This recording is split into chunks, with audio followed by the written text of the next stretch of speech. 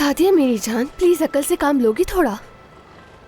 तुमने कितने साल तक किसी अजनबी के बच्चे को करीम भाई को उनका अपना बच्चा बताया। अगर उन्हें ये बात मालूम हो गई तो वो बहुत गुस्सा हो जाएंगे और हो सकता है कि वो फिर हमारी मदद भी ना करें। तुम्हें सिर्फ पैसों की पड़ी है जानान। माजरत के साथ मैं सबा के साथ की नाइंसाफी मजीद नहीं होने दे सकती हूँ। सच जानने के बाद करीम क्या करता है मुझे नहीं मालूम, मगर मैं सबा को अब मजीद तकलीफ सहने नहीं दूंगी।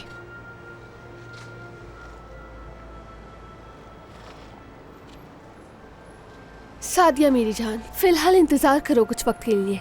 देखो सबा भी इसको तस्लीम नहीं कर रही। तुम वादा करो मुझसे, जब तक सबा ये कबूल नहीं करती तुम ऐसा कुछ नहीं करोगी। ठीक है, वादा करती हूँ। जब तक सबा इस सच्चाई को कबूल नहीं कर लेती मैं करीम से भी कुछ नहीं कहूंगी। मगर प्लीज उसे कन्विंस कर देना कि वो उस घर को छोड़कर हमारे पास रहने आ जाए। जरूर।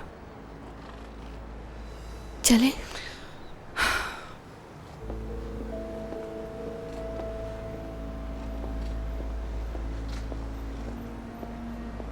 अरे सादिया,